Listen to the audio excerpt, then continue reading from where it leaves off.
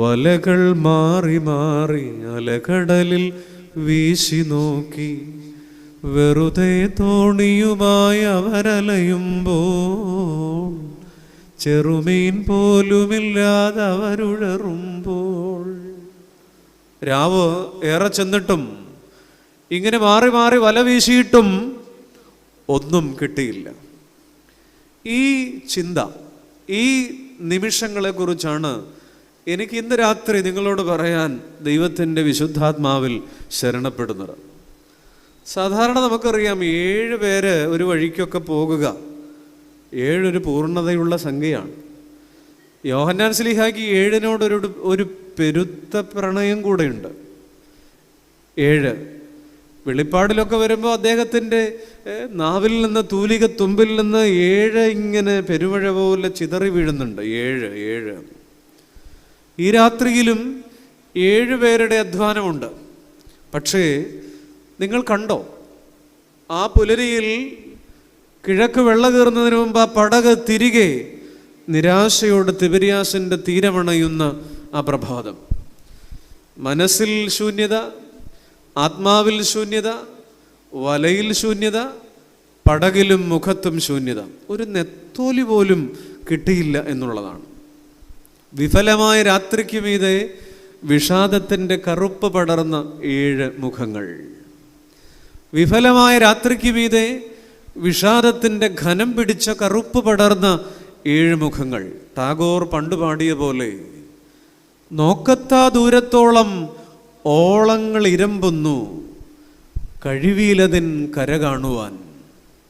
ഈ രാത്രി നോക്കത്താ ദൂരത്തോളം തിബിരിയാസിൻ്റെ ഓളങ്ങൾ ഇരമ്പുന്നു കഴിവിയിലതിൻ കര കാണുവാൻ.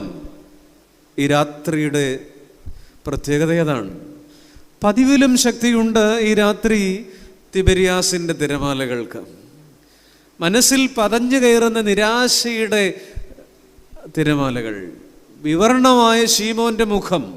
ഇന്ന് രാത്രി എന്നെ കേൾക്കുന്നവരെ, നിങ്ങൾ ഇവിടെ ഇരിക്കല്ലേ, നിങ്ങൾ ആ തിബിരിയാസിൻ്റെ പടകിലേക്കൊന്ന് പാളി നോക്കൂ. കൂട്ടത്തിൽ ഏറ്റവും വിവരണമായ മുഖം ശീമോൻ്റേതാണ്. കാരണം അയാളാണല്ലോ സംഘത്തലവൻ, പുള്ളിയാണല്ലോ എല്ലാവരും പിടിച്ചിറക്കിയത്. ഈ രാത്രി വിഫലമായ ഒരധ്വാനം. തിബിരിയാസിൻ്റെ തിരമാലകളിൽ ഇങ്ങനെ പൊങ്ങി താണ് പിന്നെയും ഉയരുന്ന ആ വഞ്ചി കണ്ടോ? അവരുടെ മനസ്സും അതുപോലെയാണ്. ഇങ്ങനെ ചാഞ്ചാടുന്നൊരു മനസ്സുമായി ഗുരുവിനെ നഷ്ടപ്പെട്ട അരുമശിഷ്യന്മാരുടെ വേദന. ഈ പകലിൻ്റെ അലച്ചിലുകളേക്കാൾ സങ്കടമാണ് രാത്രിയുടെ അലച്ചിലുകൾക്ക്, അല്ലേ? പകല് നമ്മൾ വല്ലത്തിനും കഷ്ടപ്പെട്ടിട്ട് കിട്ടിയില്ല എന്നുണ്ടെങ്കിൽ വലിയ കാര്യമൊന്നുമില്ല, ഒരുമാതിരി നമ്മുടെ സങ്കടമൊക്കെ അങ്ങ് തീരും. പക്ഷെ രാത്രി ഉറക്കമിളച്ച് ഈ അധ്വാനിച്ചിട്ടൊന്നും കിട്ടിയില്ല എന്നുണ്ടെങ്കിൽ അത് കുറച്ചുകൂടെ സങ്കടവും ക്ഷോഭവും നിരാശയും ഒക്കെ വർദ്ധിപ്പിക്കും. ഈ രാത്രിയുടെ ഉറക്കവിളപ്പിന് അങ്ങനെയും ഒരു ട്രാജിക്കൽ ഫോക്കസ് ഉണ്ടെന്ന് ഓർക്കുക.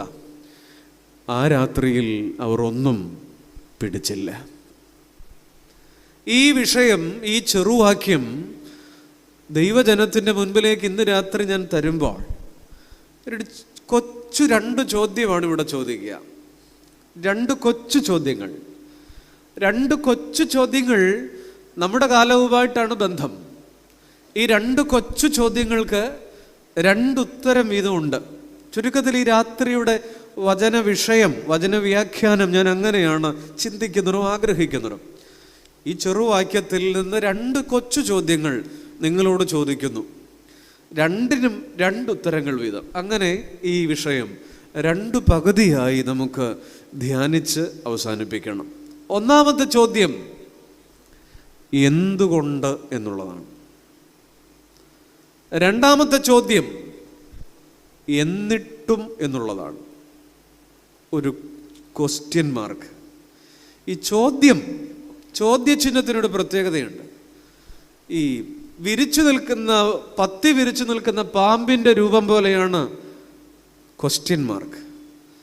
അത് ചിലപ്പോൾ കൊത്തി വിഴുങ്ങി അടങ്ങുള്ളൂ എന്ന് പറഞ്ഞതുപോലെയാണ് ചില ചോദ്യങ്ങൾ നമ്മളെ വിഴുങ്ങിക്കളയും. എന്തുകൊണ്ട്? അതാണ് ആദ്യത്തെ ചോദ്യം.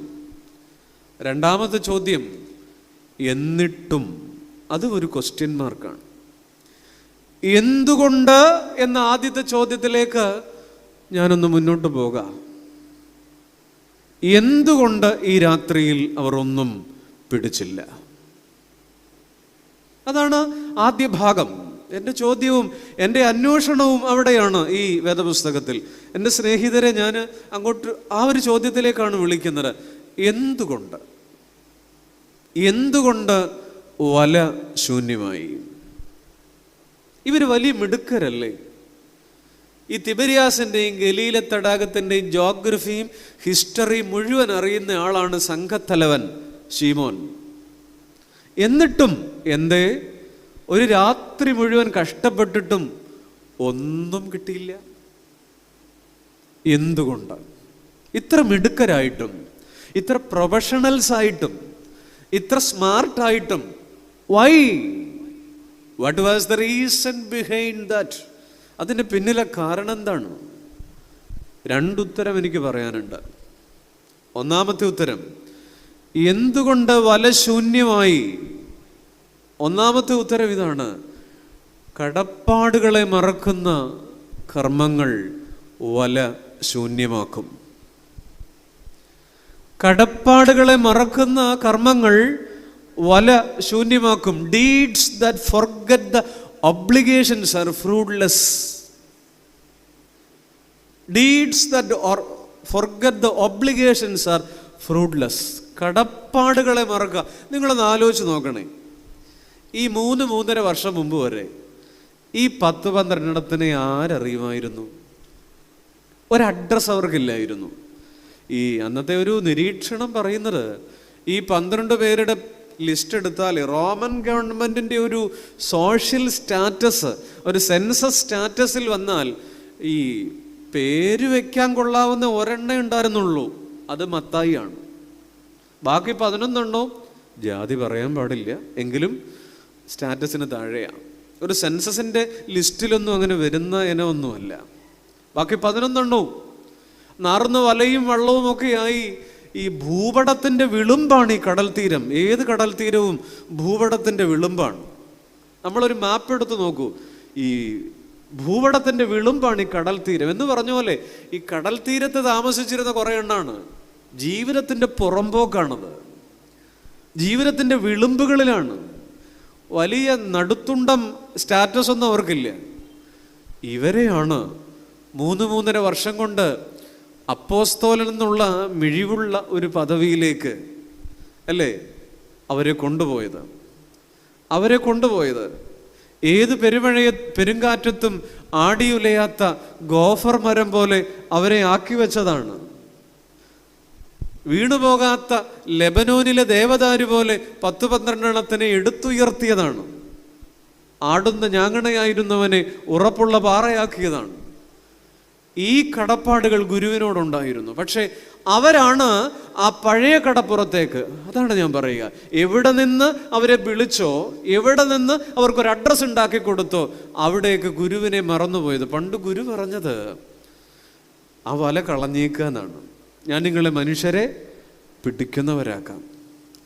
അതുകൊണ്ടാണ് ഈ വല ഒരിക്കലും എടുക്കരുതെന്ന് കർത്താവിന് നിർബന്ധമുണ്ടായിരുന്നു. അതുകൊണ്ടാണ് ഈ ഇടയ്ക്ക് ഈ കരം കൊടുക്കാനുള്ള കാശുണ്ടാക്കാൻ വേണ്ടി വലവീശലായിരുന്നു എളുപ്പം. പക്ഷെ ആ പണിക്ക് വിടുന്നില്ല പത്രോസിനെ. നീ ചൂണ്ടയിടാനാണ് പറയണത്. ചൂണ്ടയിടുന്നതിനേക്കാൾ കുറച്ചുകൂടെ എളുപ്പം വലവീശുന്നതായിരുന്നു. പക്ഷെ എന്തിനീ ചൂണ്ടയിടാൻ വിട്ടെ കർത്താവ് പത്രോസിനെ? ഒരിക്കലും ആ പഴയ അനുഭവത്തിലേക്ക് പോകരുത്. അതുകൊണ്ടാണ്. പക്ഷെ ഇവരാകട്ടെ തങ്ങൾക്ക് അഡ്രസ്സും ഐഡൻറ്റിറ്റിയും ഉണ്ടാക്കി തന്ന ഗുരുവിനെ മറന്ന് ആ പഴയ എന്തോ അനുഭവത്തിലേക്ക് പോവുക. കടപ്പാടുകളെ മറക്കുന്ന കർമ്മങ്ങൾ. ശീമോൻ്റെ മറവി പ്രസിദ്ധമാണ്. പലപ്പോഴും ശീമോനും ഒത്തിരി കാര്യങ്ങൾ പെട്ടെന്ന് മറന്നുപോകും. അല്ലെങ്കിലും നമുക്കിന്ന് മറവി കൂടിയിട്ടില്ലേ? പ്രായമാകുമ്പോൾ മറവിയുണ്ട്, അതല്ല. ഡിമെൻഷ്യ എന്ന് പറയുന്ന രോഗം വാർദ്ധക്യത്തിലുണ്ട്. തലച്ചോറിലെ ഓർമ്മയുടെ കോശങ്ങൾ ഇങ്ങനെ ശിഥിലീകരിച്ചു പോകുന്നതാണ് ഡിമെൻഷ്യ. ഇന്ന് ലോകത്ത് 4.5 കോടി ഡിമെൻഷ്യ പേഷ്യൻസ് ഉണ്ട്. അത് വർദ്ധിച്ചു വരിക. 2050 ആകുമ്പോഴേക്കും അത് 13.5 കോടിയാകുമെന്നാണ് WHO പറയുന്നത്. സാരമില്ലെന്നേ, പ്രായമാകുമ്പോഴല്ലേ. മറ്റൊരു രോഗമുണ്ട്, അംനീഷ്യ എന്ന് പറയും. അംനീഷ്യ എന്ന് പറഞ്ഞാൽ ഈ ലോങ് ടൈം മെമ്മറി നഷ്ടപ്പെടുന്നവരാ. കുറച്ച് നാളത്തെ ഓർമ്മ പോവും, അതിനപ്പുറമുള്ളത് ചിലപ്പോൾ കിടക്കും. ഉദാഹരണമായിട്ട് ഇസ്രായേൽ മക്കൾ മിസ്രൈമിൽ നിന്ന് യാത്ര പുറപ്പെട്ട് ഈ മരുഭൂ യാത്രയിൽ നടക്കുമ്പോൾ അവർക്ക് വെള്ളമൊക്കെ കിട്ടാതെ വരുമ്പോൾ അവർ പെട്ടെന്ന് പറയുന്നൊരു കാര്യമുണ്ട്, ഈ മിസ്രൈമിൽ കിടന്നിരുന്നെങ്കിൽ, ഈജിപ്തിൽ കിടന്നിരുന്നെങ്കിൽ ഈ ബീഫിൻ്റെ ചാറെങ്കിലും കലത്തിൻ്റെ അടിയിൽ നിന്ന് കിട്ടിയേനെ. ഇന്ന് പറഞ്ഞുകൂടാ, നോമ്പ് തുടങ്ങി, എങ്കിലും ഞാനങ്ങ് പറഞ്ഞു പോവാ, ആ ബീഫിൻ്റെ ചാറെങ്കിലും കിട്ടിയേനെ. ഇന്നലത്തെ മന്ന മറക്കുകയും പഴയ ബീഫിൻ്റെ ചാറ് ഓർക്കുകയും ചെയ്യുന്നതിൻ്റെ പേരാണ് അംനീഷ്യ. നമുക്കും ഉണ്ട്. തൊട്ടു മുമ്പിലത്തെ പല നന്മകളും മറക്കും, പലതും മറക്കും. എന്നാൽ ഇതിനേക്കാൾ ഭീകരമായ മറ്റൊരു മറവി രോഗമാണ് അൽഷിമേഴ്സ്. ഒരു 18 വയസ്സുകാരന് വന്നേക്കാം, 26കാരന് വന്നേക്കാം. ഒന്നും ഓർക്കില്ല, ഒരു മുട്ടുസൂചി പോലും.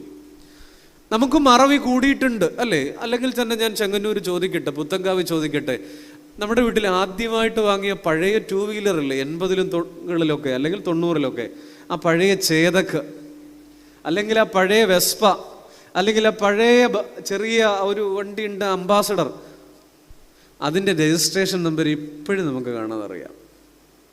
ഇപ്പം നമ്മുടെ പോർച്ചിൽ ആൾക്കോരോ വണ്ടി കിടപ്പുണ്ട്. അമ്മാമ്മയുടെ ആക്റ്റീവായും അച്ചായൻ്റെ ഹുണ്ടായും എല്ലാം അവിടെ കിടപ്പുണ്ട്. ഒരെണ്ണത്തിൻ്റെ നമ്പർ കാണാതെ പറയാം. കൊഴുപ്പ് കൂടുന്തോറും ചലനം കുറയും, അതൊരു പ്രതിഭാസമാണ്. അല്ലെങ്കിൽ ചോദിക്കട്ടെ, ഒരു 90-കളിൽ നമുക്ക് ലാൻഡ് ഫോൺ എന്ന് പറയുന്ന സാധനം അവിടെ ഇവിടെയൊക്കെ ഉണ്ടായിരുന്നുള്ളൂ. ഒരു 3-4 ലാൻഡ് ലൈനെങ്കിലും നമുക്ക് കാണാതറിയായിരുന്നു. ഇപ്പോൾ സ്വന്തം കെട്ടിയോളുടെ ഫോൺ നമ്പർ, മൊബൈൽ നമ്പർ ഒറ്റയടിക്ക് പറയാൻ പറഞ്ഞാൽ ഈ ഇരിക്കുന്ന പുലികളെ പോലെയുള്ള വലിയ ആണുങ്ങൾ എത്ര പേര് പറയും? അല്ലെങ്കിൽ നിങ്ങളോട് ചോദിച്ചാൽ ഞാൻ ഉൾപ്പെടെയാണ് പറയുക. അതാണ് പ്രശ്നം. നമുക്കിങ്ങനെ സാധ്യതകളൊക്കെ കൂടിയപ്പോൾ മറവി കൂടി. പക്ഷേ നമ്മുടെ അമ്മച്ചിമാരുടെ മൊബൈലിൽ പോലും മെമ്മറി കാർഡ് ഉണ്ട്, 800-ലധികം നമ്പർ സേവ് ചെയ്തിട്ടുണ്ട്. എന്തിനാണാവോ എന്തോ. മാഞ്ഞു പോയത് മനസ്സിൻ്റെ മെമ്മറി കാർഡാണ്. ആരാണ് ഡിലീറ്റ് ചെയ്തത്?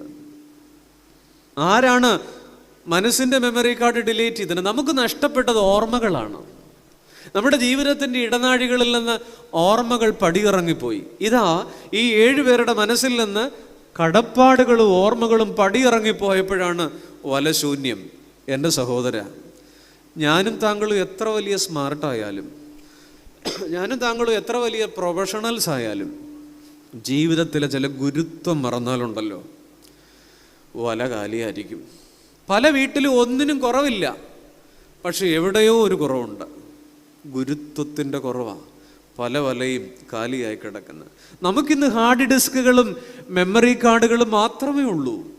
മനസ്സിൽ നിന്ന് ഓർമ്മകൾ പടിയിറങ്ങിപ്പോയി. നമ്മൾ പറയാറുണ്ട്, എനിക്കാരോടും കടമില്ല, ആരോടും കടപ്പാടുമില്ല. അന്നേ ഇത്ര ഉണ്ടായിരുന്നു എന്ന് നമ്മുടെ വിചാരം.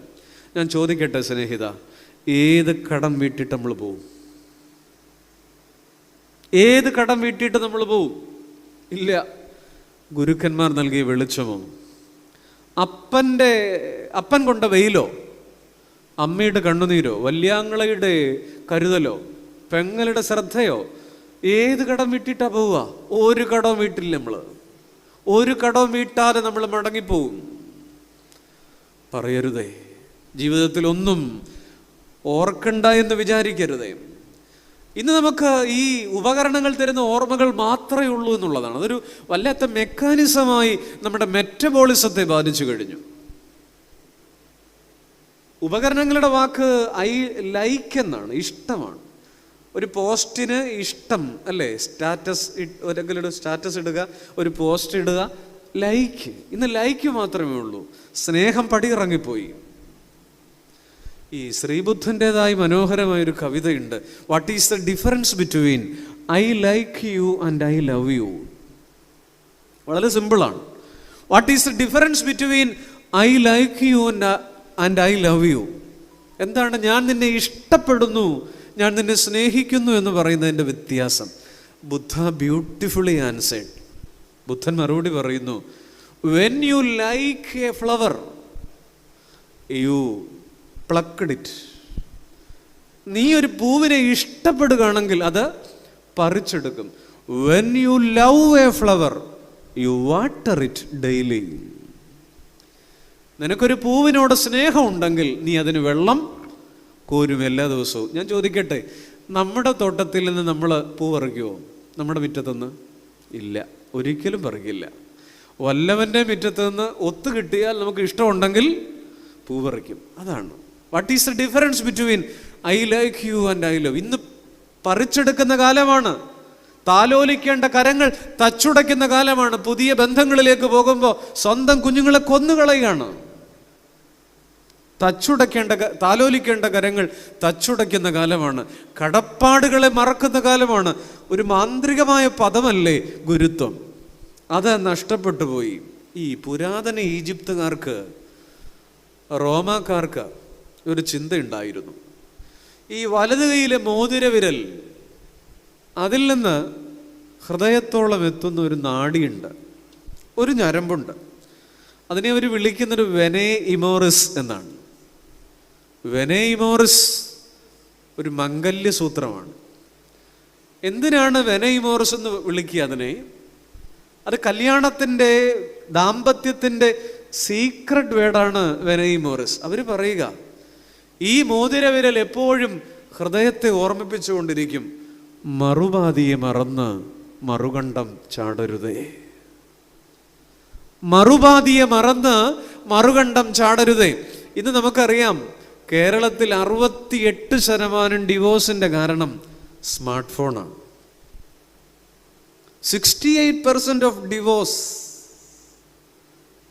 68% വിവാഹമോചനങ്ങളുടെ കാരണം ഈ 18, 20, 16 വയസ്സുള്ള കുട്ടികളുടെ പ്രണയവും പ്രേമവും ഒന്നും അതൊരു അന്താരാഷ്ട്ര പ്രശ്നമൊന്നുമല്ല കേട്ടോ. അവരുടെ പ്രായത്തിൻ്റെ ഹോർമോണൽ ബാലൻസിങ്ങോ ഇൻബാലൻസിങ്ങോ കൊണ്ട് നമ്മുടെ പിള്ളേർക്ക് ഓപ്പോസിറ്റ് സെക്സിലുള്ളവരോട് താല്പര്യവും ആകർഷണവും തോന്നും. അതിനുടനെ വെട്ടുകത്തി എടുക്കുകയല്ല വേണ്ടത്. അതിനെ നമ്മൾ വളരെ തന്മയത്വമായിട്ട് കൈകാര്യം ചെയ്യണം. ഒത്തിരി പ്രശ്നങ്ങളുണ്ട്. എന്നാൽ ഇന്ന് കേരളം അഭിമുഖീകരിക്കുന്നൊരു വലിയ പ്രശ്നം മധ്യവയസ്കരുടെ പ്രണയമാണ്. 40 കഴിഞ്ഞവരുടെ പ്രേമം. ഞാൻ വെറുതെ പറയുന്നതല്ല. ഈ 68% ഡിവോഴ്സിൻ്റെ കാരണത്തിൽ സ്മാർട്ട് ഫോൺ ആണെങ്കിൽ അതിൽ നല്ലൊരു പങ്കും അത് തന്നെയാണ്.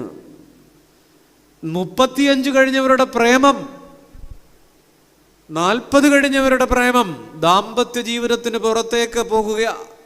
കടപ്പാടുകളും ഗുരുത്വവും ഓർമ്മകളും മറന്ന് വെനെ ഇമോറിസ്, മറുപാതിയെ മറന്ന് മറുകണ്ഠം ചാടരുതേ. ജീവിതത്തിൽ ഇന്നലകളെ മറക്കുന്നൊരു കാലമാണിത്. അവിടെയാണ് ഈ രാത്രി എന്നെ കേൾക്കുന്ന പുത്തൻകാവുകാർ കാണേണ്ടത്. ആ രാത്രിയിൽ അവരൊന്നും പിടിച്ചില്ല. നമ്മുടെ വലയം കാലിയാ. പലപ്പോഴും വേണ്ടത്ര ഗുരുത്വമില്ലാത്ത ഒരു പ്രതിസന്ധി നമുക്കുമുണ്ട്. സഹോദരങ്ങളെ, നമുക്കുമുണ്ട് പ്രതിസന്ധി. ഈ പഴയ നിയമത്തിൽ യാക്കോബ് എന്ന് പറയുന്ന മനുഷ്യനെ നമുക്ക് എല്ലാവർക്കും പരിചയമുണ്ട്. ഈ പുള്ളിയുടെ പ്രത്യേകത എന്താ? ഒട്ടും ഗുരുത്വമില്ലാത്ത മനുഷ്യനായിരുന്നു 77 വയസ്സ് വരെ. അപ്പനെ കളിപ്പിച്ചിട്ട്, ചേട്ടന് പണി കൊടുത്തിട്ട്, രാഖി രാമാനം നാട് വിട്ടുപോയ ഒരാളെ നിങ്ങൾക്കറിയില്ലേ? യാക്കോബ്.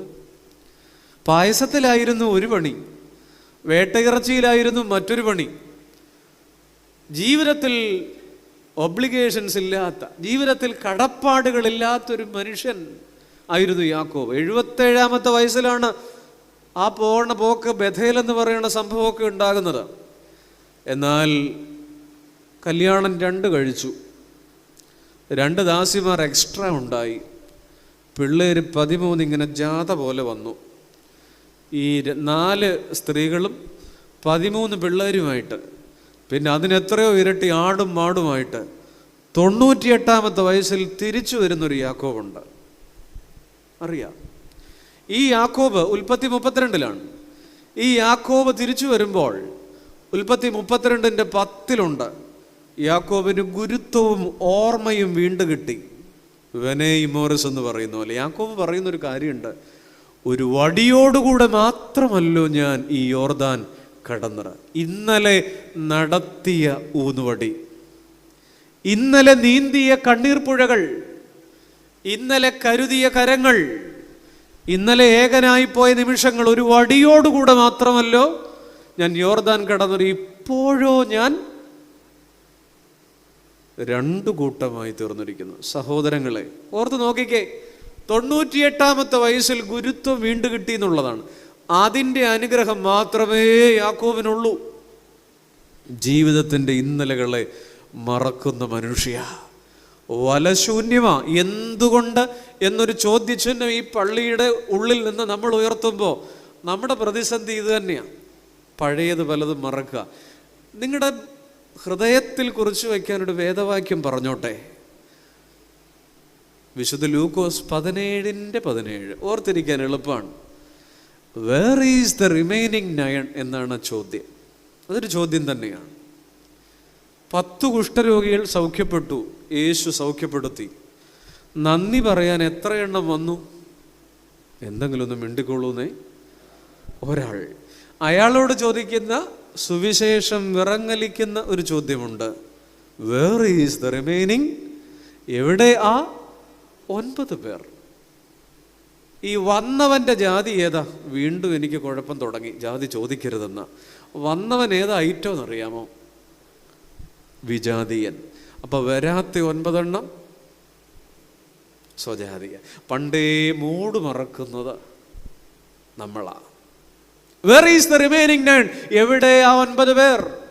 ഇന്നും ചോദിക്കുന്നുണ്ട്. ജീവിതത്തിൽ ചിലതൊക്കെ മറക്കും. നമ്മുടെ ജീവിതം എന്താ പ്രിയപ്പെട്ടവരെ? ഈ മുന്തിരിത്തോട്ടത്തിൽ നട്ട അത്തിമരം പോലെയല്ലേ? എങ്ങനെ വേണമെങ്കിലും ഈ മുന്തിരിത്തോട്ടത്തിൽ നട്ട അത്തിമരത്തിൻ്റെ പ്രത്യേകത എന്താ? അവിടുത്തെ പ്രധാനപ്പെട്ട വിള എന്ന് പറയുന്നത് മുന്തിരിയാണ്. അത്തിമരം എന്നൊക്കെ പറയുന്നത് ചുമ്മാ അതിൻ്റെ ഇടയ്ക്ക് നിൽക്കുന്നു എന്നുള്ളതേ ഉള്ളൂ, അല്ലേ? അതിനിടയ്ക്ക് നിൽക്കുന്നു എന്നുള്ളതില്ല. അതിന് പ്രത്യേക വളവിടില്ല, വെള്ളം ഒഴിക്കില്ല. എങ്ങനെയെങ്കിലുമൊക്കെ വളരുക, എങ്ങനെയെങ്കിലുമൊക്കെ വളരുക. നമ്മുടെ എത്രയോ മരങ്ങൾക്കിടയിൽ, വിളകൾക്കിടയിൽ പാഴ്മരങ്ങൾ നിൽക്കുന്നുണ്ടല്ലേ? എങ്ങനെയെങ്കിലുമൊക്കെ വളരും. നമ്മുടെ ജീവിതം അത് തന്നെയാണ്. മുന്തിരിത്തോട്ടത്തിൽ നട്ട അത്തിമരം പോലെയാ.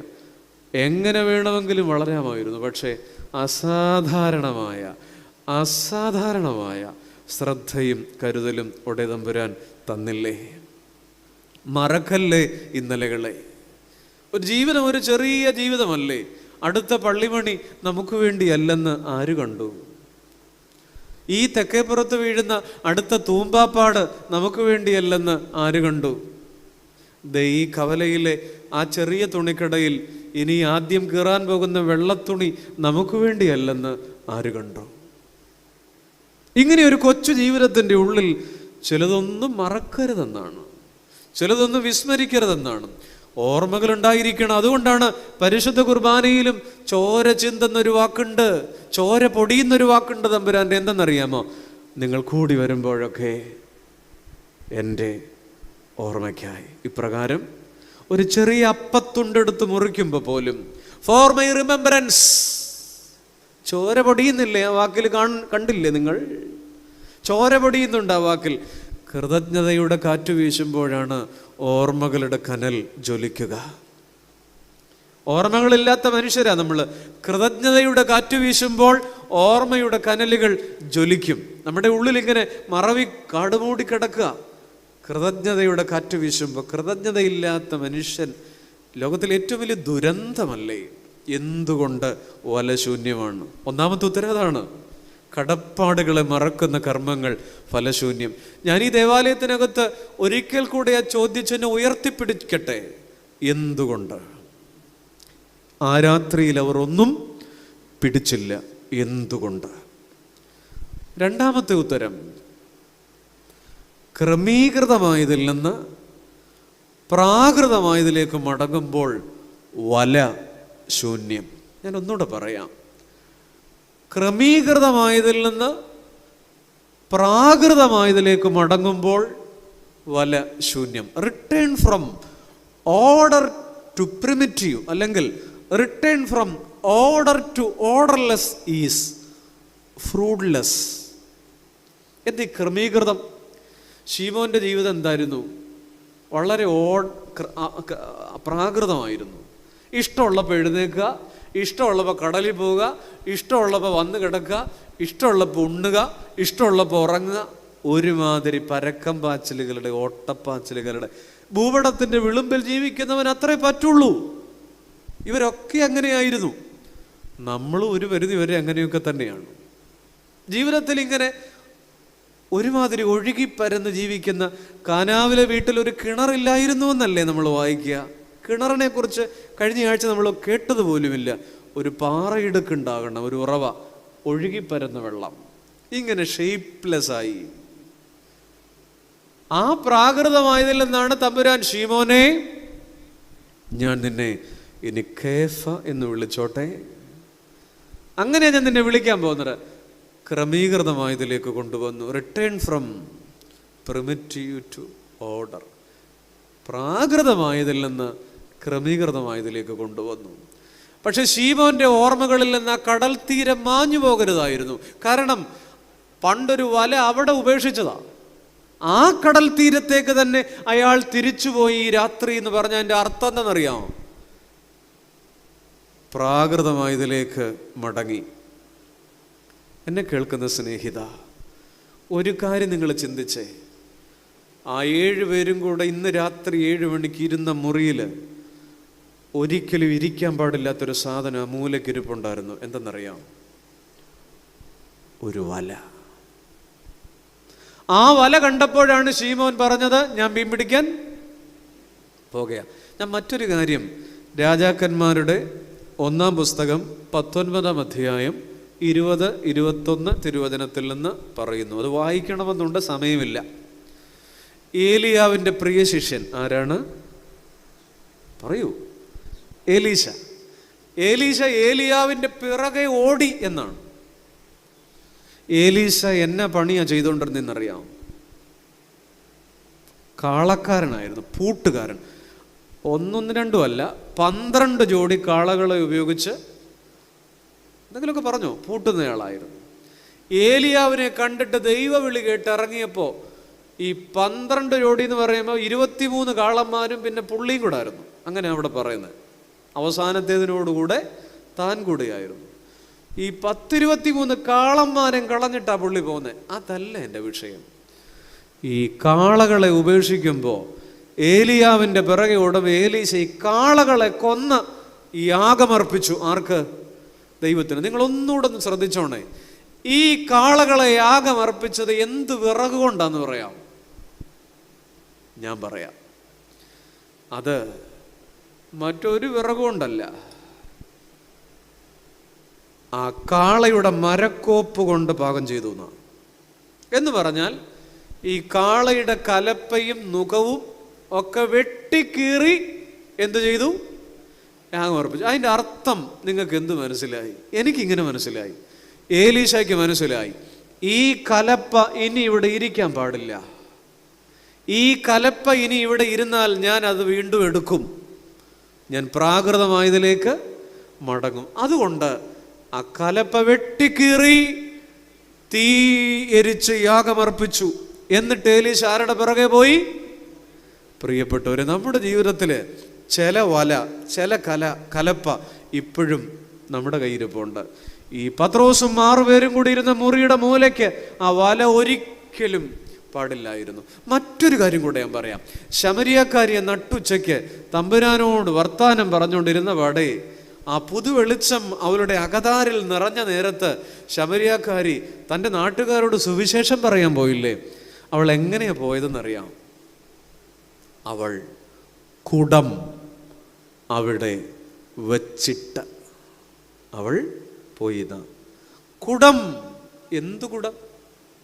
പ്ലാസ്റ്റിക് കുടാണോ മൺകുടാണോ എന്നുള്ളതല്ല. അവളുടെ ജീവിതത്തിൻ്റെ ഇന്നലകളുടെ ചപലതകളുടെ കുടം, മോഹങ്ങളുടെ കുടം, കാമനകളുടെ കുടം, വഴിതെറ്റലിൻ്റെ കുടം. കുടം അവിടെ വെച്ചിട്ട് അവൾ പോയി. കലപ്പ വെട്ടിക്കീറി, കുടം ഉപേക്ഷിച്ചു. നമ്മുടെ കുടം ഇപ്പോഴും ഒക്കത്ത് തന്നെയാണ്. നമ്മൾ പെരുന്നാളും നോമ്പൊക്കെ നടത്തുന്നുണ്ട്, കുടം നമ്മുടെ കയ്യിൽ തന്നെ ഇരിപ്പുണ്ട്. പ്രിയപ്പെട്ടവരെ, നോമ്പ് തുടങ്ങിയിട്ടൊരു 3-ാം ദിവസമായി. മരുഭൂമിയിലെ പിതാക്കന്മാരുടെ ഒരു ചിന്തയുണ്ട്. നോമ്പ് തുടങ്ങുമ്പോൾ നമ്മൾ 2 ജീവികളെക്കുറിച്ച് ധ്യാനിക്കണമെന്നാണ്, ചിന്തിക്കണമെന്നാണ്. 1-ാമത്തെ ജീവിയുടെ പേര് ആട് എന്നാണ്. ആട് എന്ന് പറഞ്ഞാൽ അത് നമ്മൾ ഈസ്റ്ററിനെ ചിന്തിക്കണമെന്ന ആടല്ല, അത് വേറെ സാധനം.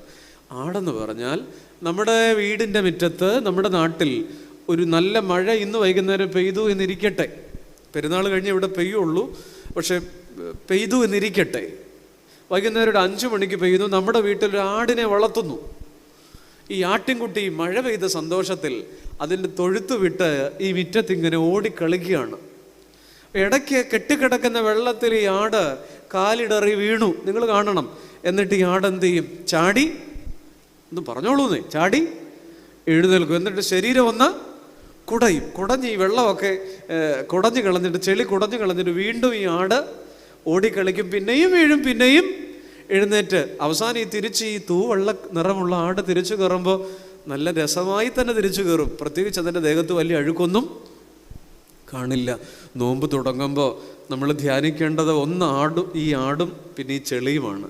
പിതാക്കന്മാർ പറയുക, രണ്ടാമത്തെ ജീവി നമ്മുടെ വീട്ടിലൊരു പന്നിയെ കൂടെ വളർത്തുന്നില്ല, ഇരിക്കട്ടെ. ഈ പന്നി ഈ പുതുമഴയത്ത് ആടിനെ പോലെ തന്നെ ഇറങ്ങി ഓടിക്കളിക്കുന്നു, പഴയ ചെളിവെള്ളത്തിൽ വീഴുന്നു. പന്നി എന്ത് ചെയ്യും? എഴുന്നേൽക്കുകയോ കുടയുകയോ ചെയ്യില്ല, മറിച്ച് ആ ചെളിയിൽ ഉരുളും, പിന്നെയും അടുത്ത ചെളിയിൽ ഉരുളും. സന്ധ്യ മയങ്ങുമ്പോഴേക്കും ആ പന്നി തിരിച്ചു കയറുമ്പോൾ പന്നിയുടെ നിറം തന്നെ വേറെ ആയിരിക്കും. പിതാക്കന്മാർ പറയും, നോമ്പ് ആരംഭിക്കുമ്പോൾ ഈ 2 ജീവിയെക്കുറിച്ച് ചിന്തിക്കണം. നമ്മളും അങ്ങനെയൊക്കെയാണ്. 50 ദിവസം ഞാൻ ആടായിരിക്കും, ഒരു ചെളിയിലും വീടില്ല, അഥവാ വീഴാൻ തുടങ്ങിയാൽ തന്നെ കുടഞ്ഞു കളയും, ഓക്കെ ആയിട്ട് പോവും. 3-ാം ദിവസമാണ്, അടുത്ത ആഴ്ച നമ്മൾ പറയും, ഈ വർഷത്തെ മുടങ്ങി, എന്തോ ഒരു ചൂടാണ്, ഇനി അടുത്ത വർഷം പിടിക്കാം. നമ്മുടെ പ്രശ്നം, മെനഞ്ഞാന്ന് ആടായിട്ടാണ് കൊത്തനെ ഞായറാഴ്ച ഉച്ചയ്ക്ക് ഇവിടെ നിന്ന് ഇറങ്ങിപ്പോയത് പുത്തൻകാവ് പള്ളിക്കകത്തുനിന്ന്. 2 ആഴ്ച കഴിയുമ്പോൾ എന്താവും? നിങ്ങൾ ബുദ്ധിയുള്ളവരാ, മിണ്ടത്തില്ല. ഞാൻ അതിലും ബുദ്ധിയുള്ളവനാ, ഞാനത് പറയത്തുമില്ല. കാരണം ഇവിടെ വരെ വന്ന്, ഇത്രയും ദൂരെ വന്നിട്ട് ആ 2ാമത്തെ ജീവിയുടെ പേര് നിങ്ങളുടെ ഈ തേജസ്സുള്ള മുഖത്ത് നോക്കി പറയാൻ എനിക്ക് അത്ര ധൈര്യവും ഇല്ലെന്ന് കൂട്ടിക്കൊള്ളൂ. നമ്മൾ കൊത്തിനെ ഞായറാഴ്ച 11 മണിക്ക് ആടായിട്ട് ഇവിടെ നിന്ന് ഇറങ്ങിപ്പോയതാ. മുന്നോട്ട് പോകുമ്പോൾ എന്തായിരിക്കും? ആടായി തുടങ്ങുകയും ബാക്കി നിങ്ങളങ്ങ് പൂരിപ്പിച്ചുകൊണ്ടാൽ മതി. ഓൺലൈനും ഒക്കെ ഉണ്ട്, എന്തിനാ നാട്ടുകാർ പൂരിപ്പിക്കുന്നത്? നമുക്ക് പൂരിപ്പിക്കാം.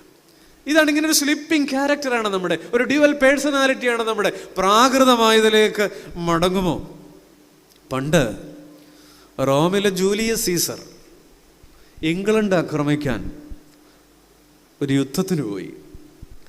14 കപ്പലുകൾ ഇംഗ്ലണ്ടിൻ്റെ തീരത്തേക്ക് നങ്കൂരമിടുന്ന ഭീതിപ്രദമായ ചില ദിവസങ്ങൾ. യുദ്ധസന്നാഹങ്ങളും പടക്കോപ്പുകളുമായി ഇംഗ്ലണ്ടിൻ്റെ തീരത്ത് ഇംഗ്ലണ്ടിനെ ആക്രമിക്കാൻ റോമിൻ്റെ സൈന്യം ഇറങ്ങിയപ്പോൾ അമ്പരന്ന് പോയി. ഈ വന്ന 14 കപ്പലുകളിലെ സൈന്യങ്ങളുടെ 3 ഇരട്ടിയാണ് ഇംഗ്ലണ്ടിലെ സൈന്യം. ഭയന്നുപോയി റോമിലെ സൈന്യം. ജൂലിയസ് സീസർ ഭയന്നു, പക്ഷെ അദ്ദേഹം അധികം കുലുങ്ങിയില്ല. തൻ്റെ പടയാളികൾ ഭയചകിതരാകുന്നത് അദ്ദേഹം കണ്ടു. ദുരന്തം അതായിരുന്നില്ല. അന്ന് രാത്രി നേരം പാതിരാവോടടുക്കുന്നു. ഇംഗ്ലണ്ടിൻ്റെ തീരത്ത് നങ്കൂരമിട്ട് കിടന്ന 14 കപ്പലുകളും ആളിക്കത്തുന്ന ഒരു രംഗമുണ്ട്. ആളിക്കത്തുന്ന കപ്പലുകൾ. അപ്പോഴേക്കും റോമിലെ സൈന്യം കൂടുതൽ ഭയന്നുപോയി. ശത്രു ചെയ്തരാണോ ഈ കപ്പലുകൾ തീ വെച്ച് നശിപ്പിച്ചത്? ജൂലിയസ് സീസറുടെ സന്ദേശം പിറകെ എത്തി. അല്ല, ഈ കപ്പലുകൾ തീ വെച്ചത് എൻ്റെ നിർദ്ദേശമനുസരിച്ചാണ്. എന്നിട്ട് അദ്ദേഹം പറഞ്ഞു, നാം പിന്തിരിഞ്ഞു പോകാൻ ആഗ്രഹിക്കുന്നില്ല. പേടിച്ചിട്ട് ഈ കപ്പലുകളിൽ തിരികെ റോമിലേക്ക് പോകാൻ ആഗ്രഹിക്കുന്നില്ല. ഒന്നുകിൽ ജൂലിയസ് സീസറുടെ സൈന്യത്തിന് ഇംഗ്ലണ്ടിൽ കിടന്നു മരിക്കാം, അല്ലെങ്കിൽ അവരെ തോൽപ്പിച്ച് ഇംഗ്ലണ്ടിൻ്റെ കപ്പലുകളിൽ നാട്ടിലേക്ക് മടങ്ങാം. എന്തു വേണം? ആ യുദ്ധത്തിൽ റോം ജയിച്ചു എന്നാണ് ചരിത്രം. പ്രാകൃതമായത് ചിലത് വെട്ടിക്കീറിക്കളയാൻ, ഉപേക്ഷിക്കാൻ. ഇതാ ശീമോനും കൂടെയുള്ളവരും ഏത് കടൽ തീരത്ത് നിന്ന് അവരെ പിടിച്ചോ അവിടേക്ക് അവർ യു ടേൺ എടുക്കുക, പ്രാകൃതമായതിലേക്ക്. Return from order to primitive. പണ്ട് ചേര രാജാക്കന്മാർ കേരളം ഭരിച്ചിരുന്ന കാലം, നമ്മുടെ പഴശ്ശിയ രാജാവിൻ്റെയൊക്കെ കാലം, യുദ്ധ നാളുകളുമായി ബന്ധപ്പെട്ട് ഉപയോഗിച്ചിരുന്നൊരു മലയാള വാക്കുണ്ട്. ഇന്നത് ഉപയോഗിക്കുന്നില്ല. അതൊരു മോശപ്പെട്ട പദമാണ്, ആത്മാഭിമാന നഷ്ടത്തിൻ്റെ പദമാണ്. ആ വാക്ക് പുറപ്പൂൺ എന്നാണ്. പുറപ്പൂൺ എന്ന് പറഞ്ഞാൽ യുദ്ധക്കളത്തിൽ ഉപയോഗിച്ചിരുന്നൊരു വാക്കാണ്. പുറപ്പൂണെന്ന് പറഞ്ഞാൽ പുറത്തുണ്ടാകുന്ന മുറിവ്, പുറത്തുണ്ടാകുന്ന പുണ്ണ്. അതൊരു വലിയ ആത്മാഭിമാന നഷ്ടത്തിൻ്റെ വാക്കാണത്. അതുണ്ടാകാൻ പാടില്ല. പുറത്ത് മുറിവുണ്ടായാൽ ആ പടയാളിയെ കൊന്നുകളയും, അല്ലെങ്കിൽ അയാൾ പോയി ആത്മഹത്യ ചെയ്യും. എങ്ങനെയാണ് ഒരു പടയാളിക്ക് പുറത്ത് മുറിവേൽക്കുന്നത്? നേർക്കുനേർ നിന്ന് യുദ്ധം ചെയ്യേണ്ടവൻ ശത്രുവിനെ പേടിച്ച് പിന്തിരിഞ്ഞോടുമ്പോഴാണ് ശത്രുവിൻ്റെ വാളാൽ പുറത്തു മുറിവേൽക്കുക. അതുണ്ടാകാൻ പാടില്ല.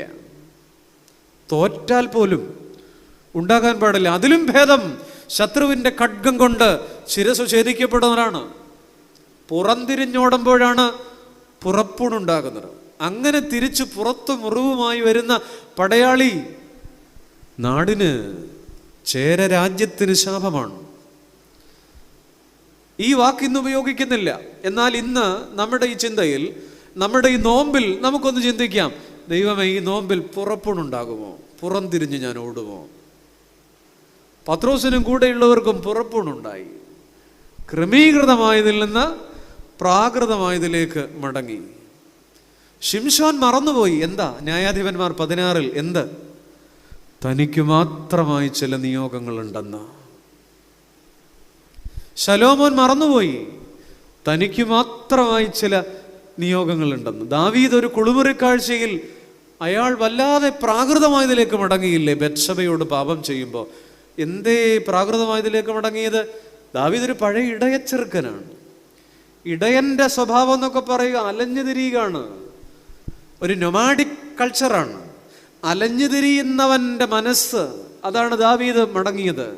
അലഞ്ഞു തിരിയുന്നവൻ്റെ ഇടയൻ്റെ മനസ്സിലേക്ക് ദാവീദ് മടങ്ങി. അലഞ്ഞു തിരിയുന്ന മനസ്സ്, ചില നിയോഗങ്ങളുണ്ടെന്ന് മറന്നുപോയി. നമ്മുടെ ജീവിതത്തെക്കുറിച്ച്, നമ്മുടെ ജീവിത വഴികളെക്കുറിച്ച്, നമ്മുടെ നോമ്പിനെക്കുറിച്ചൊക്കെ ഓർക്കുമ്പോൾ ഈ നമ്മുടെ ഭാരതത്തിൻ്റെ 2 വരി തന്നെയാണ് എൻ്റെ മനസ്സിൽ വരിക. മഹാഭാരതം ഉദ്യോഗപർവത്തിൽ എഴുത്തച്ഛൻ എഴുതിയതുപോലെ, അന്നന്നു തുടങ്ങിയും അന്നന്നു മുടങ്ങിയും പിന്നെയും അതിനാരംഭിച്ചു മൂഢൻ. നമ്മുടെ പല കാര്യങ്ങളുമാണ്. അന്നന്നു തുടങ്ങിയും അന്നന്നു മുടങ്ങിയും പിന്നെയും അതിനാരംഭിച്ചു മൂഢൻ. നമ്മളിങ്ങനെയാണ്, തീരുമാനങ്ങളെടുക്കും, പാളും, പിന്നെയും തീരുമാനങ്ങളെടുക്കും, പാളും. ഈ പത്രോസിൽ ഈ 2 ക്യാരക്ടറും ഉണ്ട്. പത്രോസ് എപ്പോൾ പ്രാകൃതമായതിലേക്ക് പോകുന്നു, അവിടെയൊക്കെ ഉടതമ്പുരാൻ പത്രോസിനെ വിളിക്കുന്നത് സൈമൺ, ശിമോനെ, ആർ യു അസ്ലീപ്? നീ ഉറങ്ങാണോ? പ്രാകൃതമായതിലേക്ക് മടങ്ങുമ്പോഴൊക്കെ പത്രോസിനെ വിളിക്കുന്നത് അങ്ങനെയാ. എന്നാൽ പത്രോസ് എപ്പോൾ ക്രമീകൃതമായതിലൂടെ സഞ്ചരിക്കുന്നു, അവിടെ വിളിക്കുന്നുണ്ട് പീറ്റർ, പത്രോസ്, നീ പറയാ. നമ്മുടെ ജീവിതത്തിൽ ഈ 2 പേരും ഉണ്ട്. ആര്? ശീമോനും ഉണ്ട്, പത്രോസുണ്ട്. ഈ പള്ളിക്കകത്തിരിക്കുമ്പോൾ നമ്മൾ പലപ്പോഴും പത്രോസാണ്. ജീവിതത്തിൻ്റെ നടവഴികളിലേക്ക് ഇറങ്ങിപ്പോകുമ്പോൾ ഒരു സ്ലിപ്പിംഗ് ക്യാരക്ടർ നമുക്കുണ്ടാകുന്നുണ്ട്. തമ്പുരാൻ പറഞ്ഞ ഒരു ചെറിയ വാക്ക് നമ്മളൊന്ന് ധ്യാനിച്ച് നോക്കിക്കേ. നഗരം വിടുവോളം വിശ്വസ്തനായിരിക്കുക. 12 ശിഷ്യന്മാരെ അയക്കുന്നില്ലേ? അവരോട് കുറേ ഉപദേശങ്ങളൊക്കെ പറയുമ്പോൾ പറയുന്നുണ്ട്, നഗരം വിടുവോളം ഈ നഗരം വിട്ടേ മതിയാകുള്ളൂ. അല്ലേ? ഈ ചെറുജീവിതം, അതിൻ്റെ തിരി അണഞ്ഞു പോകുന്നൊരു നിമിഷമുണ്ട് പ്രിയപ്പെട്ടവർ. പുത്തങ്കാവോ ചെങ്ങന്നൂരോ നഗരമല്ല. ഈ നഗരം വിടുവോളം വിശ്വസ്തനായിരിക്കും. അല്ലേ?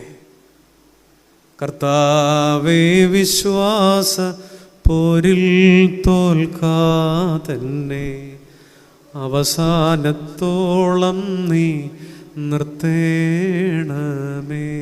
ഇതെപ്പോഴും പാട്ട് പാടുക. മരണവീട്ടിൽ. അതുകൊണ്ട് ഇവിടെ പലരും പാടാൻ സമയമായില്ല അച്ചോ എന്നാണ് നിങ്ങളുടെ മൗനം സംസാരിക്കുന്നത്.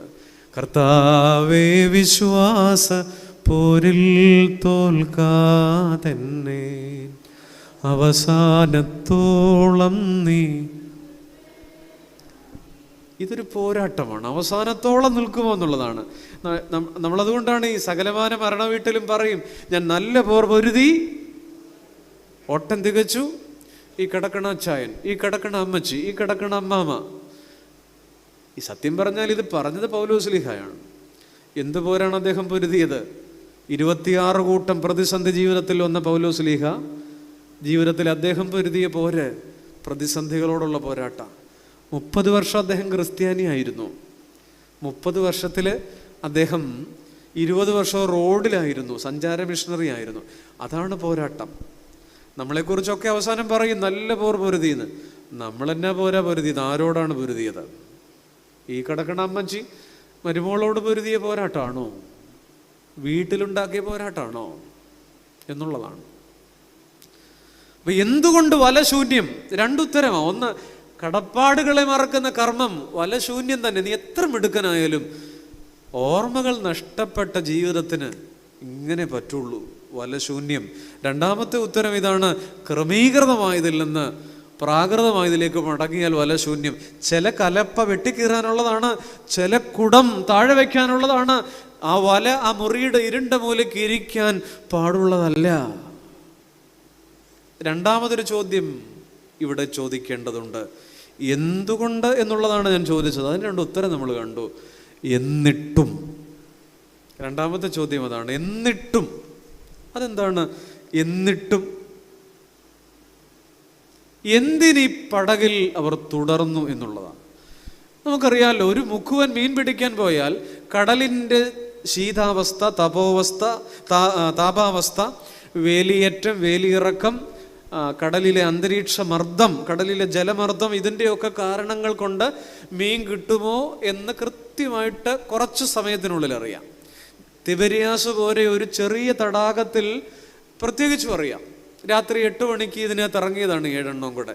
പ്രത്യേകിച്ചും പത്രോസിനൊക്കെ കൃത്യമായിട്ട് അറിയാം, ഈ പണി ഡോക്ടറേറ്റ് ഉള്ള ആളാണ്. എന്നിട്ടും 8 മണിക്ക് ഇറങ്ങിയിട്ട് 9, 10, 11, 12, 1, 2 പിന്നെ അവരിവിടെ ഈ എന്തിനീ കടലിൽ ഇങ്ങനെ തുടർന്നു എന്നുള്ളതാണ് എന്നെ കൗതുകമുണ്ടാക്കുന്ന ചോദ്യം. എന്നിട്ടും, അതാണ് ഞാൻ ചോദിക്കുന്നത്. എന്നിട്ടും രാത്രി 8 മണിക്ക് ഇറങ്ങിയിട്ട് 10 മണിയാകുമ്പോൾ ഈ വെള്ളം അടുപ്പിച്ചിട്ട് കയറി കിടന്ന് ഉറങ്ങാനുള്ളതുണ്ട്, പോരായിരുന്നോ? എന്നിട്ടും എന്തിനീ ഉറക്കം വിളിച്ചു വെളുപ്പിനെ വരെ?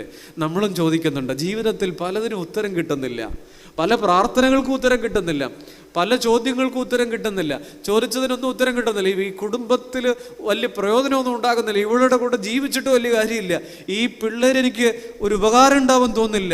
നമ്മൾ പലപ്പോഴും ചിന്തിക്കുന്നുണ്ട്, എന്തിനാണ് ജീവിക്കുന്നത്? വിഷാദം ഘനം മുറ്റുന്നുണ്ട്, അവിടെ നമ്മൾ ജീവിക്കുന്നുണ്ട്, എന്തിനാണ്? അപ്പോഴാണ് ഈ ചോദ്യം, എന്നിട്ടും എന്തിന് ജീവിക്കണം? എന്നിട്ടും എന്തിന് പ്രിയ സുഹൃത്തെ ആത്മഹത്യ ചെയ്യരുത്? എന്നിട്ടും എന്തിന് പ്രിയ സുഹൃത്തെ ജീവിതത്തിൽ നിന്ന് ഒളിച്ചോടരുത്? അതാണ് ഈ ചോദ്യം. എന്നിട്ടും ഈ രാത്രി ഒന്നും പിടിച്ചില്ല, എന്നിട്ടും എന്തിനീ പടകിൽ പിന്നെയും പിന്നെയും രാവിൻ്റെ 4 യാമങ്ങളും അവർ അലഞ്ഞു? അതിൻ്റെ ഉത്തരം നിങ്ങൾ തുറന്നു വെച്ചിരിക്കുന്ന ബൈബിളിലുണ്ട് കേട്ടോ. മനോഹരമായ ഒരു ഉത്തരമുണ്ട്, തൊട്ടടുത്ത വാക്യമുണ്ട്. ആ രാത്രിയിൽ അവരൊന്നും പിടിച്ചില്ല. ബാക്കിയൊന്ന് വായിക്കാമോ? ഞാൻ ഈ സദസ്സിൽ നിന്ന് ആ വാക്യം ഒന്ന് കേട്ടോട്ടെ. ആ രാത്രിയിൽ അവരൊന്നും പിടിച്ചില്ല. അടച്ചു വച്ചോ?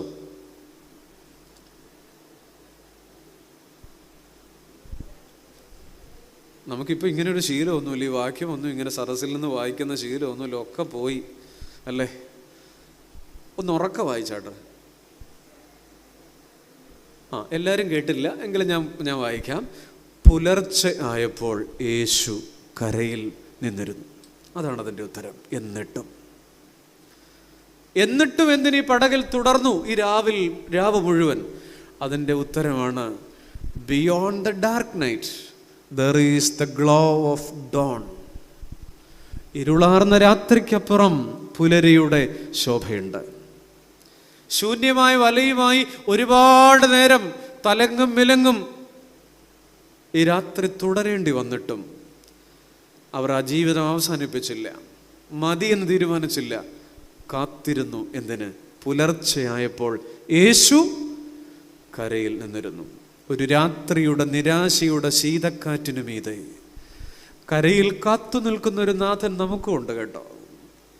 ഒഴിവാക്കാനാകാത്ത ശൂലങ്ങൾ, പാനപാത്രങ്ങൾ, മരുഭൂമികൾ ഒക്കെ നമ്മുടെ ജീവിതത്തിലുണ്ട്. പഴയ നിയമത്തിൽ നമുക്കറിയാം, മാറായിലെ വെള്ളം അവർക്ക് കുടിപ്പാൻ കഴിഞ്ഞില്ല. എന്താ കാരണം? വെള്ളത്തിന് എന്തുണ്ടായിരുന്നു? കയ്പ്. പക്ഷെ ദൈവം കൽപ്പിച്ചു, ഈ വെള്ളത്തിൽ ആ മരക്കൊമ്പ് വെട്ടി ഇട്ടാൽ മതി, വെള്ളം എന്തായിത്തീരും? മധുരമുള്ളതായിത്തീരും. ഞാൻ ചോദിക്കുന്ന ചോദ്യം നിങ്ങളോട് ഇതാണ്: ഈ മരക്കൊമ്പ് വെട്ടാൻ വേണ്ടി മോശ ഓട്ടോറിക്ഷ പിടിച്ചു പോകേണ്ടി വന്നോ? കടലലകൾ താണ്ടേണ്ടി വന്നോ? മണലാരണ്യങ്ങൾ നടന്നു തീർക്കേണ്ടി വന്നോ? ഇല്ല. അതാണ്, എവിടെയായിരുന്നോ മാറായിലെ കയ്പുള്ള വെള്ളം, അതിൻ്റെ കയ്യെത്തും ദൂരത്ത് ഒരു മരക്കൊമ്പ് കരുതിയ നാഥൻ ഇന്നും ജീവിക്കുന്നു എന്നുള്ളതാണ്. Beyond the dark night there is the glow of dawn. ഈ രാത്രിയുടെ ഇരുളിനു മീതെ ഒരു പ്രതീക്ഷയുടെ വാക്കുണ്ട്. പുലർച്ചെയായപ്പോൾ യേശു കരയിൽ. ഇല പൊഴിയും കാലങ്ങൾക്കപ്പുറം തളിരണിയും കാലമുണ്ടതോർക്കണം. അല്ലേ? ഇല പൊഴിയുന്ന കാലങ്ങൾക്കപ്പുറം തളിരിൻ്റെ കാലമുണ്ട്. കവിളിലൂടൊഴുകുന്ന കണ്ണീരിനപ്പുറം പുഞ്ചിരിയുണ്ടെന്നതും ഓർക്കണം. പ്രത്യാശയോടെ നീ ദൈവത്തെ നോക്കിയാൽ ഉത്തരം നൽകുമെന്നറിഞ്ഞിടേണം. അവനുത്തരം നൽകുമെന്നറിഞ്ഞിടേണം. അതെ, ഈ ഇല പൊഴിയുന്ന കാലങ്ങൾക്കപ്പുറം ഒരു തളിരുള്ള പ്രഭാതമുണ്ട്. കവിളിലൂടെ ഇറ്റിറ്റു വീഴുന്ന കണ്ണുനീരിനപ്പുറം ഒരു പുഞ്ചിരിയുണ്ട്. ഇരുളാർന്ന രാവുകൾക്കുമപ്പുറം പുലരിതൻ ശോഭയുണ്ടതോർക്കണം. കലിതുള്ളും തിരമാലയ്ക്കപ്പുറം ശാന്തി നൽകുമേശു ഉണ്ടതോർക്കണം. എല്ലാത്തിനും അപ്പുറത്ത് പ്രത്യാശയോടെ നീ, എൻ്റെ കൂടെ ചുമ്മാ ഒന്ന് പാടിക്കേ ഈ 4ാമത്തെ രാത്രിയിൽ. പ്രത്യാശയോടെ നീ ദൈവത്തെ നോക്കിയാൽ. വിമലച്ചനൊന്നും പറയില്ല, പാട്ട് പാടിയ വല്ലതും പറയോ വെച്ചാ? ഇല്ല, ചുമ്മാ ഒന്ന് പാടിക്കേ. പ്രത്യാശയോടെ നീ ദൈവത്തെ നോക്കിയാൽ ഉത്തരം നൽകുമെന്നറിഞ്ഞിടേണം. വീട്ടിൽ നിന്ന് ആർക്കോ വാക്ക് കൊടുത്തിട്ടുണ്ട്, ഏതവൻ എന്നാ പറഞ്ഞാലും ഞങ്ങൾ മിണ്ടുകല, അല്ലേ? പ്രത്യാശയോടെ നീ ദൈവത്തെ നോക്കിയാൽ ഉത്തരം നൽകുമെന്നറിഞ്ഞിടേണം. അവനുത്തരം നൽകുമെന്നറിഞ്ഞ്. ഇന്ന് രാത്രി വിഷമിച്ചിരിക്കുന്ന മാനസമുണ്ടോ? ഉത്തരം കിട്ടാതെ പകച്ചിരിക്കുന്നവരുണ്ടോ? അടുത്തിരിക്കുന്നവർക്ക് പോലും അറിയാത്ത സങ്കടവുമായിട്ട് ഇവിടെ ഇരിക്കുന്നവരുണ്ട്. എത്ര അമർത്തിപ്പിടിച്ചാലും പൊട്ടിപ്പോകുന്ന ഒരു നിലവിളി പലരുടെ അകത്തുണ്ട്. ഒരു തരത്തിൽ ഇങ്ങനെ പോളിഷ് ചെയ്ത് കൊണ്ടുപോവാ.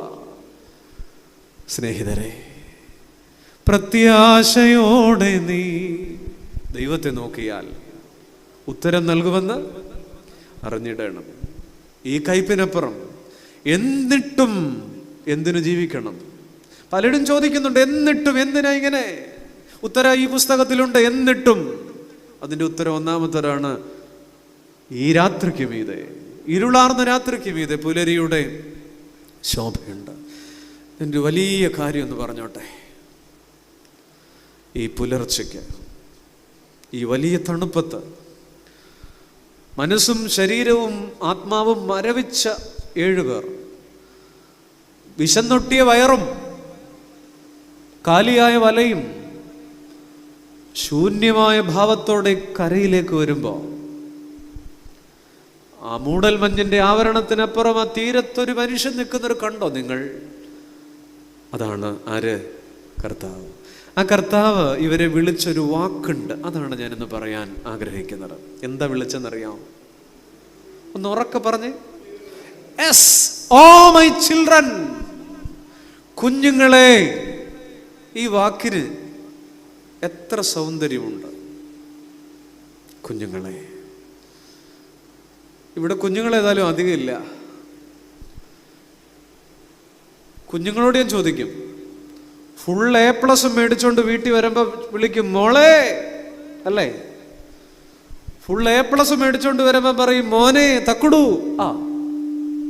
മാർച്ച് പരീക്ഷ വരുന്നുണ്ട്.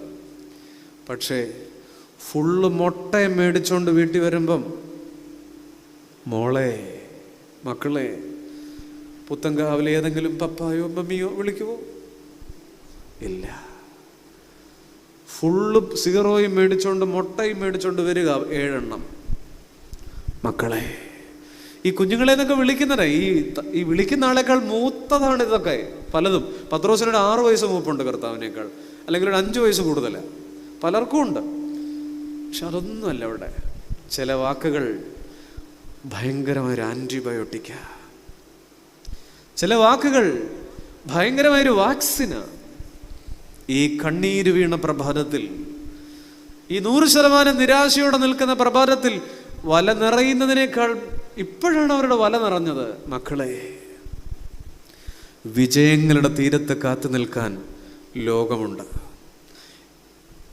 പരാജയങ്ങളുടെ തീരത്ത് കാത്തു നിൽക്കാൻ ആരുണ്ട്? അവിടെയാണ് മനുഷ്യാവതാരം ചെയ്ത കർത്താവിൻ്റെ കരുണ പ്രസംഗിക്കപ്പെടേണ്ടത്. വിജയങ്ങളുടെ തീരത്ത് കാത്തു നിൽക്കാൻ ലോകമുണ്ട് കേട്ടോ. അപ്പനും അമ്മയും ഭാര്യയും ഭർത്താവും ഒക്കെ ഉണ്ടാവും. പക്ഷെ പരാജയങ്ങളുടെ തീരത്ത് കാത്തു നിൽക്കാൻ, സെഞ്ചുറി അടിച്ചിട്ട് കയറി വരുമ്പോൾ ഗ്യാലറിയിൽ കയ്യടിയുണ്ട്. പക്ഷേ 0ക്ക് വിക്കറ്റ് പോയി വരുമ്പോൾ ഗ്യാലറിയിൽ ഒരു പൂച്ചക്കുഞ്ഞു പോലും കയ്യടിക്കില്ല. തവിട് കിട്ടാത്തവന് വേണ്ടി തടിപ്പിച്ചൊരു കാളക്കുട്ടി പുസ്തകത്തിലുണ്ട്. മുടിയൻ പുത്രൻ. പന്നി തിന്നുന്ന വാളവര പോലും ആരും അവന് കൊടുത്തില്ല. അറിയാമല്ലോ. അപ്പോഴാണ് അവൻ തിരിച്ചു വരുമ്പോൾ തടിപ്പിച്ച കാളക്കുട്ടി, തവിട് കിട്ടാത്തവന് വേണ്ടി. തടിച്ച കാളക്കുട്ടിയല്ല, തടിപ്പിച്ച കാളക്കുട്ടി ഒരുക്കി നിർത്തിയിരിക്കുക ഈ ചെറുക്കന് വേണ്ടിയിട്ട്. അവന് പിന്നെ ചെരുപ്പിട്ട് കൊടുത്തില്ലേ, മേലങ്കി കൊടുത്തില്ലേ, മോതിരം കൊടുത്തില്ലേ? ഇതൊന്നും ചുമ്മാ വായിക്കാനുള്ളതല്ല. എന്ത് ചെരുപ്പാന്നാ നിങ്ങളുടെ വിചാരം? ഇവന് പോയപ്പോൾ ഇവൻ്റെ കാലിന് 4 ഇഞ്ചേ ഉള്ളായിരുന്നു, അല്ലെങ്കിൽ 5 ഇഞ്ചേ ഉള്ളായിരുന്നു. അപ്പൻ 6 ഇഞ്ചിൻ്റെ ചെരുപ്പ് മേടിച്ചു വെച്ച് നോക്കിയിരുന്നു. വന്നോ? ഇല്ല.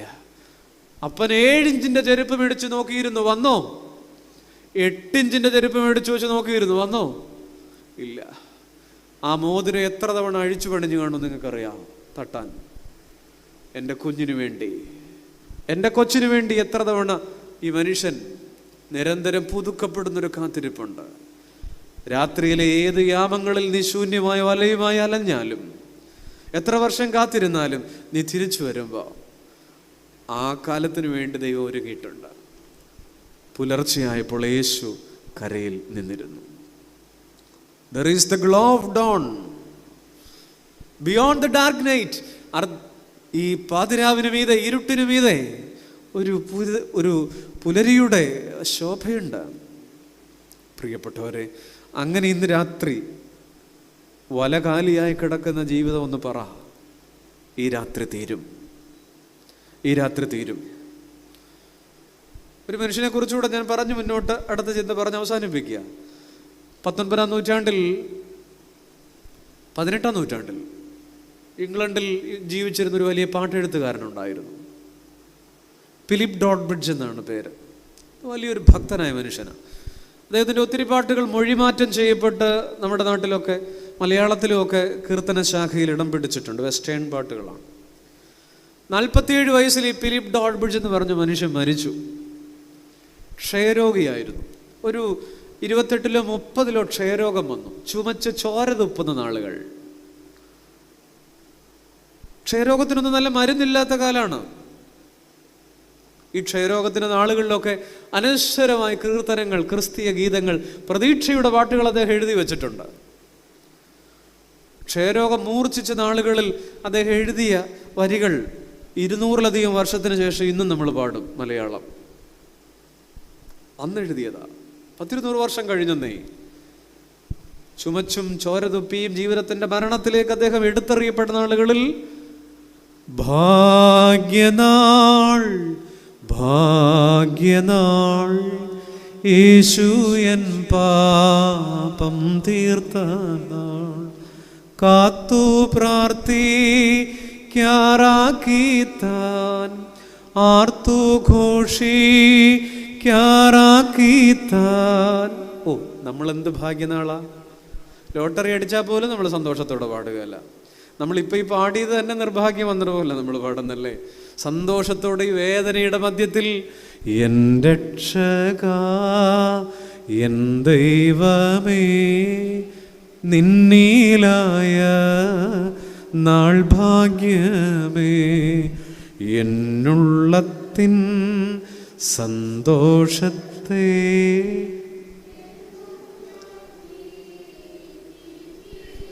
ഈ വേദനയുടെ മധ്യത്തിൽ അദ്ദേഹം പാടി ഭാഗ്യനാൾ. ഇത്രയുടെ ഉറക്കെ യേശു എൻ beyond the dark night there is the glow of dawn. ഈ രാത്രിക്ക് മീതെ ദൈവം എനിക്കൊരു പ്രഭാതം ഒരുക്കുമെന്ന് പുത്തങ്കാവ് കൊച്ചു തിരുമേനിയുടെ മധ്യസ്ഥയിൽ, അന്ത്രയോസ് ബാവയുടെ മധ്യസ്ഥയിൽ, പൂർവ്വപിതാക്കന്മാരുടെ മധ്യസ്ഥയിൽ, കന്യമറിയാമ്മച്ചിയുടെ മധ്യസ്ഥയിൽ ഇന്ന് രാത്രി ഒന്ന് പറഞ്ഞിട്ട് കസരന്ന് എഴുന്നേറ്റ് വാ. വലകാലിയായി കിടക്കുന്നുണ്ടെങ്കിൽ അവസാനത്തെ ചിന്ത ഞാൻ പറയുക, നിർത്തുകയാണ്.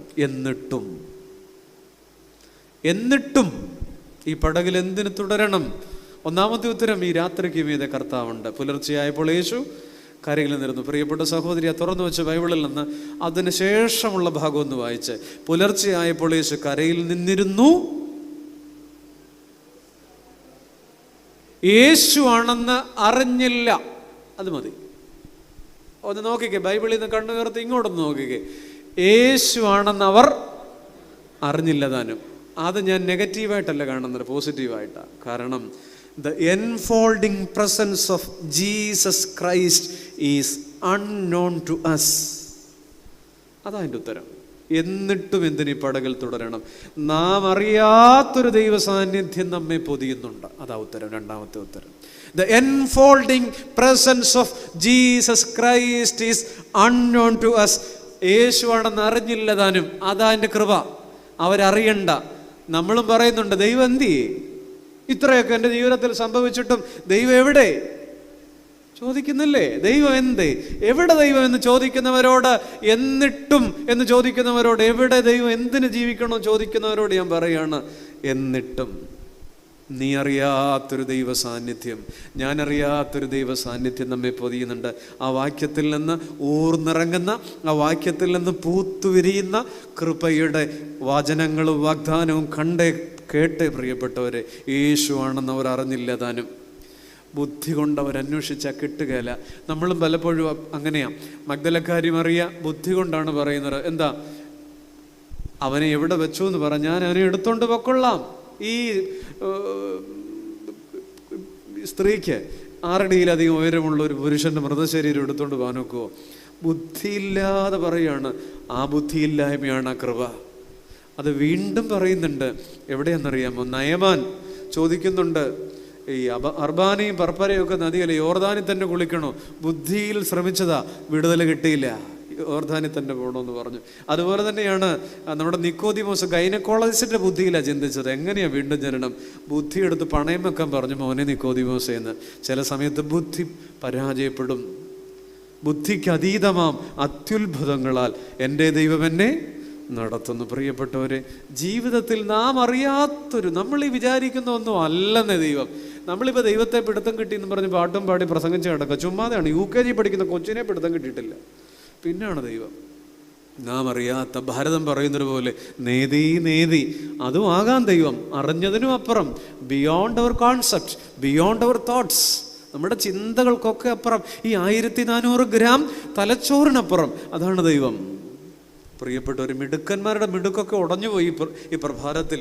ദൈവത്തെ ഏറ്റുപറഞ്ഞാട്ടെ, ദൈവത്തെ ഏറ്റുപറഞ്ഞാട്ടെ. എൻ്റെ കർത്താവ് എനിക്ക് മതിയായവനെന്ന് പറഞ്ഞാട്ടെ. 2 കൊച്ചു ചോദ്യമാണ് നമ്മൾ ഇന്ന് ചിന്തിച്ചത്. ആ രാത്രിയിൽ അവരൊന്നും പിടിച്ചില്ല. നമ്മുടെ ജീവിതം തന്നെയാണ്. ആ രാത്രിയിൽ അവരൊന്നും പിടിച്ചില്ല. എന്തുകൊണ്ട്? രണ്ടുത്തരം. ഒന്ന്, കടപ്പാടുകളെ മറന്നു, വല ശൂന്യം. രണ്ട്, ക്രമീകൃതമായതിൽ നിന്ന് പ്രാകൃതമായതിലേക്ക് പോയി, വല ശൂന്യം. എന്നിട്ടും എന്തിന് തുടരണം? ഒന്നാമത്തെ ഉത്തരം എന്താണ്? എന്നിട്ടും എന്തിന് ഈ ജീവിതത്തിൽ തുടരണമെന്ന് ചോദിച്ചാൽ, എന്നിട്ടും എന്തിന് ആത്മഹത്യ ചെയ്യരുത്, എന്നിട്ടും വിഷമിക്കരുത്. കാരണം ഈ പുലരിക്കപ്പുറം ഒരു ഈ രാത്രിക്കപ്പുറം ഒരു കർത്താവുണ്ട്. രണ്ടാമത്തെ ഉത്തരം യേശു ആണെന്ന് അവരറിഞ്ഞില്ല. അത് തന്നെ കൃപ. നാം അറിയാത്ത ഒരു ദൈവ സാന്നിധ്യം നമ്മുടെ ജീവിതത്തെ പൊതിയുന്നുണ്ട്. ആ രാത്രിയിൽ അവരൊന്നും പിടിച്ചില്ല. എന്നെ കേട്ടിരുന്ന ദൈവജനത്തോട് ഞാൻ നന്ദി പറയുന്നു. ദൈവവചനത്തിൻ്റെ കൃപ, ദൈവവചനത്തിൻ്റെ ആഴം തൊട്ടറിഞ്ഞ് ജീവിതത്തിൽ മടങ്ങാനിടയാകട്ടെ.